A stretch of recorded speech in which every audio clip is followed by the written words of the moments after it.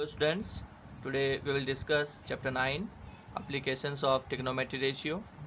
In this chapter we will discuss that how we can find the height of any object and distance with the help of trigonometry ratio. Before that we will discuss some point here. First point, line of sight. इसे समझने के लिए मान लीजिए आपके पास A B कोई object है और उससे कुछ डिस्टेंस पर ऑब्जर्वर है पॉइंट सी पर। ऑब्जर्वर ऑब्जेक्ट ए बी के टॉप पॉइंट बी को देख रहा है।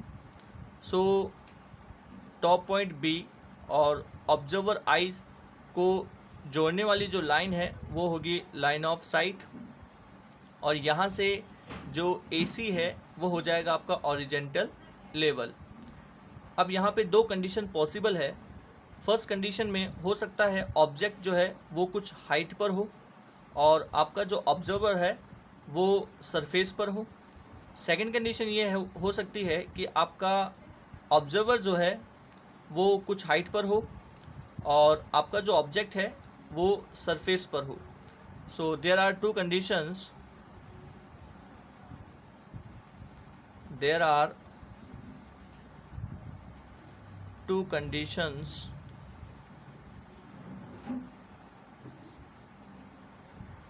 first condition,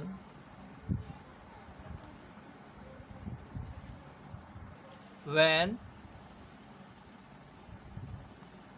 object will at some height. You can see here, for example,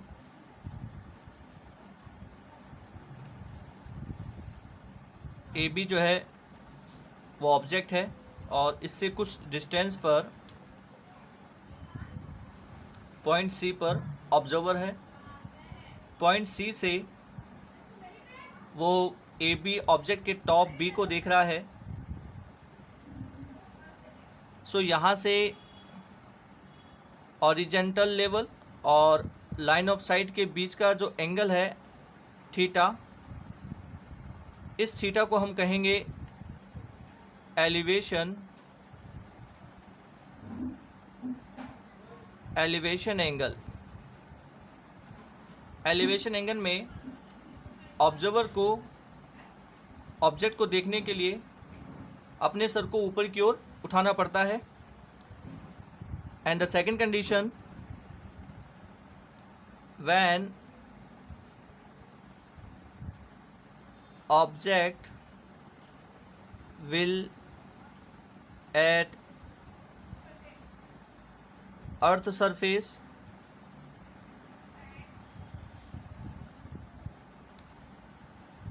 and observer will at some height.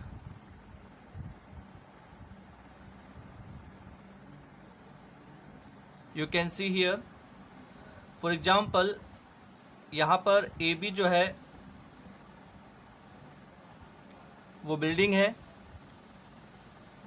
और बिल्डिंग के टॉप पॉइंट बी से observer जो है वो सरफेस पर किसी पॉइंट सी को या ऑब्जेक्ट को देख रहा है। सो यहाँ से ऑब्जर्वर की आइज से ये हो जाएगा उसका ऑरिजेंटल लेवल, और ऑरिजेंटल लेवल और यहाँ से आपका जो लाइन ऑफ साइट है इसके बीच का जो एंगल होता है इसे हम फाई ले लेते हैं। ये जो एंगल है फाई, इसे आप कहेंगे डिप्रेशन एंगल।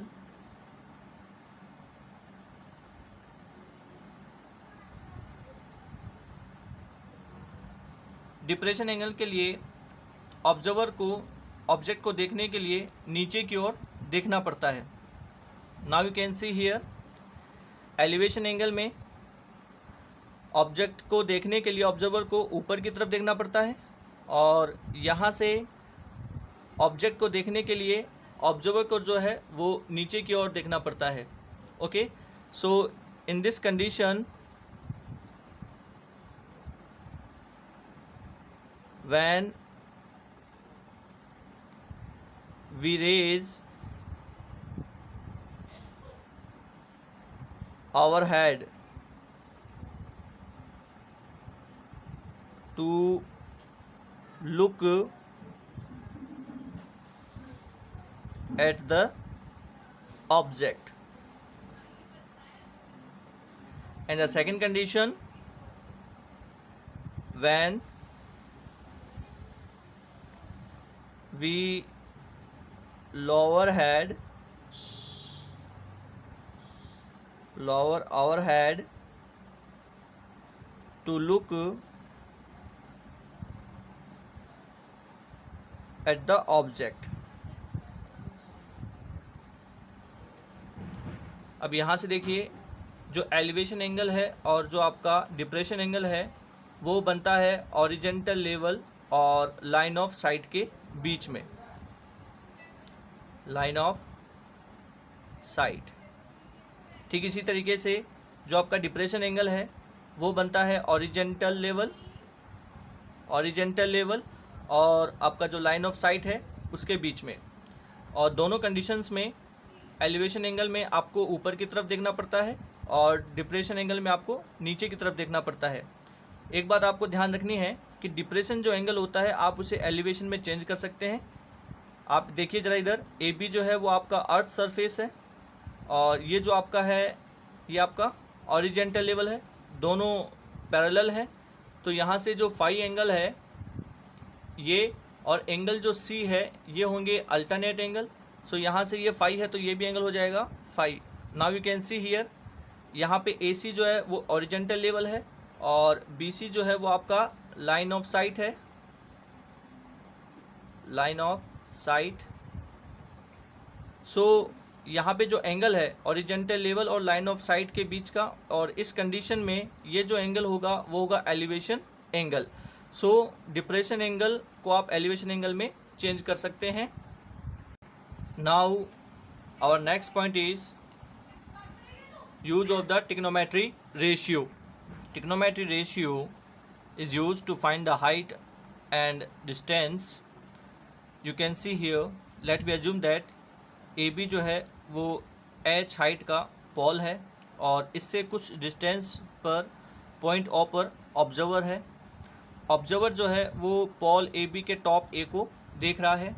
तो यहाँ से आप देखिएगा जो AO है वो आपका हो जाएगा line of site,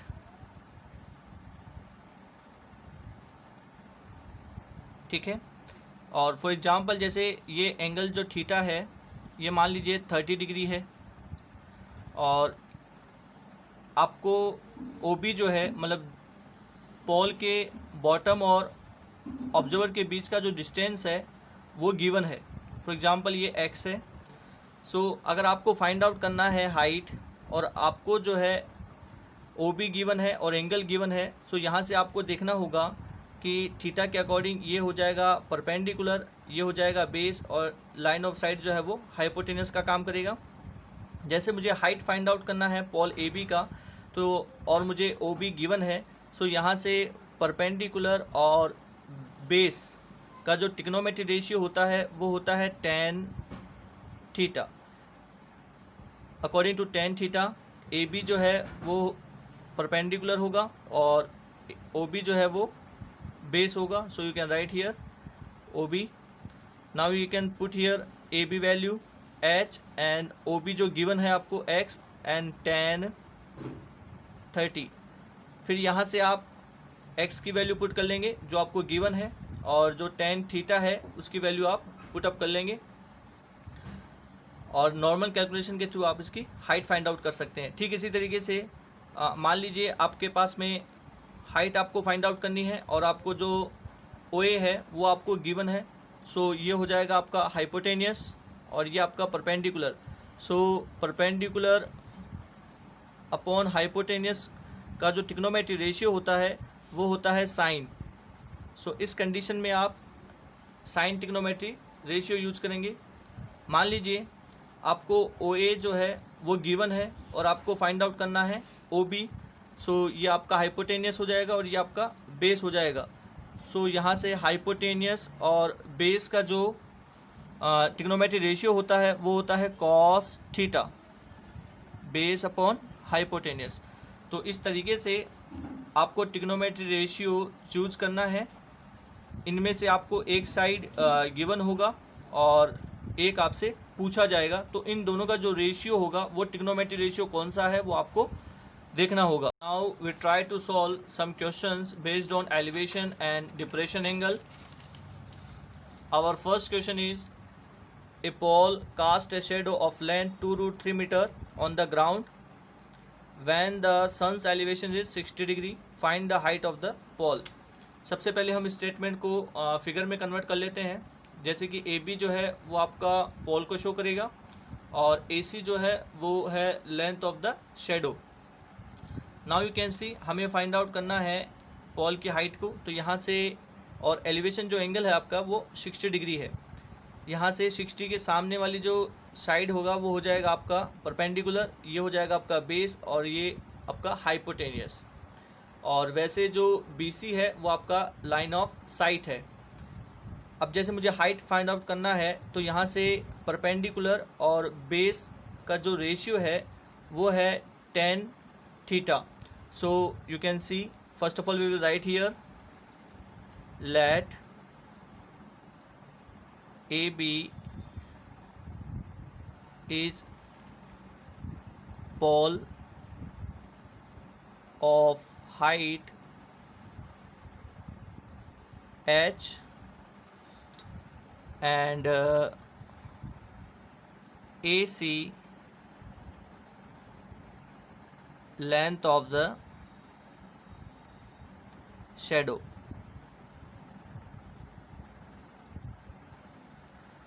so perpendicular और बेस का जो ट्रिग्नोमेट्री रेशियो होता है वो है tan थीटा, यहाँ पे गिवन है 60 degree. It will B AB upon AC। यहाँ से tan 60 का जो वैल्यू होता है वो होता है √3। AB जो है वो है हाइट h एंड AC जो है वो है 2√3 मीटर। यहाँ से हम मल्टीप्लाई कर लेंगे। So it will be 2√3 into √3 meter equals to h. So h equals to when we multiply then we got here 2 into 3 meter, so it will be 6 meter. So the height of the pole will be 6 meter. आपको सिर्फ trigonometry ratio identify करना है कि हमें कौन सा use करना है। जैसे कि मैंने यहाँ पे देखा कि मुझे AB फाइंड आउट करना है। सो यहाँ पर और मुझे गिवन था AC, तो यहाँ पे बेस और परपेंडिकुलर का जो रेशियो है वो tan होता है, तो मैंने यहाँ पे ट्रिग्नोमेट्री रेशियो tan यूज किया। Similarly in the question number second, a ladder 15 meter long leans against a wall making an angle of 60 degree with the wall. Find the height of the point where the ladder touch the wall. You can see here 15 meter longer जो है वो ladder है जो 60 degree angle बना रही है wall के साथ में। सबसे पहले हम इसे फिगर में कन्वर्ट कर लेते हैं। फॉर एग्जांपल जैसे AB जो है वो आपका वॉल हो जाएगा और इस वॉल से 60 डिग्री एंगल बनाते हुए एक लैडर रखा हुआ है। ये आपका एंगल हो जाएगा 60 डिग्री और ये ग्राउंड लेवल C पर टच कर रहा है और AC जो है वो वॉल के बॉटम और लैडर के बॉटम के बीच का डिस्टेंस हो जाएगा। So first of all we will assume that कि the height of wall is h here and you can see here the length of ladder is 15 meter. So यहाँ से आप देखिए according to the theta it will be the perpendicular base and the hypotenuse. यहाँ पे मुझे base find out करना है और हाइपोटेनियस गिवन है। सो बेस और हाइपोटेनियस का जो रिलेशन होता है वो होता है कॉस थीटा। सो हम यहाँ पर जो है ट्रिग्नोमेट्री रेशियो कॉस यूज़ करेंगे. So first of all we will write here let A B equals to H is wall and BC is ladder length.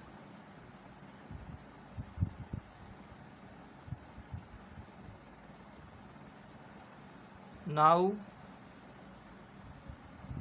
we will use here cos 60 degree equals to base upon height hypotenuse. So base is AB and hypotenuse is BC.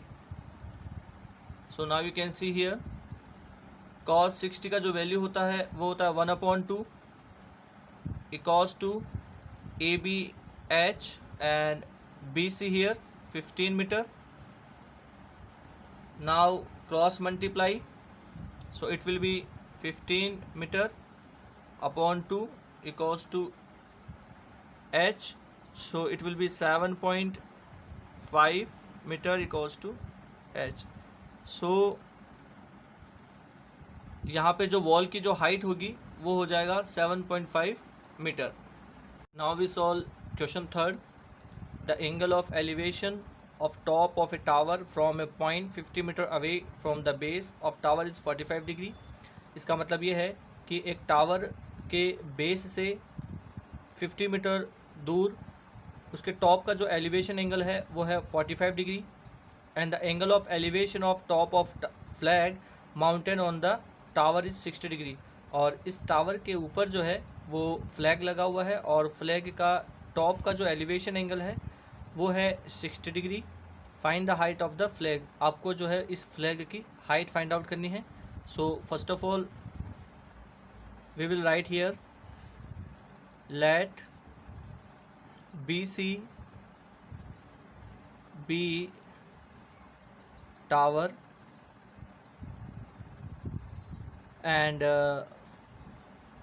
AC be flag. Now first of all you can see here हम बात करेंगे triangle BCD. यहाँ पे theta जो है वो 45 है और यहाँ से हमें BD गिवन है 50 मीटर और हमें जो है वो BC फाइंड आउट करना है. तो यहाँ से ये हो गया परपेंडिकुलर, ये हो गया बेस, और ट्रिग्नोमेट्री जो रेशियो है परपेंडिकुलर और बेस के लिए वो है tan 45 degree equals to BC upon BD. Now tan 45 value is 1 here. BC, let we assume that the height of the tower is H here upon BD 50 meter. Now the cross multiply here, so it will be 50 meter equals to H. So the height of the tower will be 50 meter. Now we will use triangle ABD. In triangle ABD यहाँ पे देखिए जो angle 60 है और इसके according जो है AB जो है वो परपेंडिकुलर होगा और BD जो है वो बेस हो जाएगा. और अगर हमें AB फाइंड आउट करना है क्योंकि हमें BD गिवन है, AB हमें फाइंड आउट करना है. सो यहाँ से जो बनेगा वो होगा tan 60 degree perpendicular AB upon BD. tan 60 की जो वैल्यू होती है वो होती है √3 equals to AB value here. You can see BC plus AC, so you can write here BC plus AC 50 meter. Now the multiply here, then we got 50 √3 equals to BC plus AC. यहाँ से देखिए BC जो है वो height of the tower है और tower की जो हाइट है वो 50 मीटर है.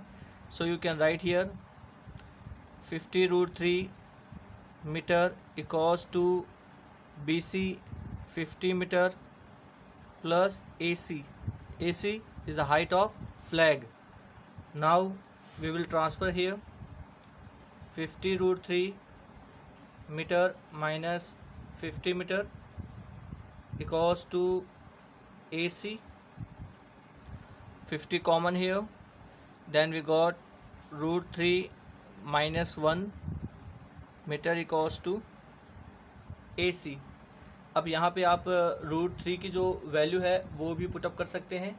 For example we will put here 50 bracket value of √3 1.73 minus 1 meter equals to AC.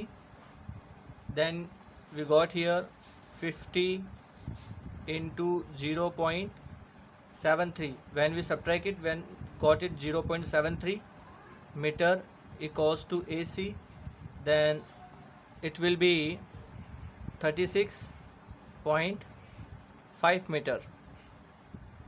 So the height of flag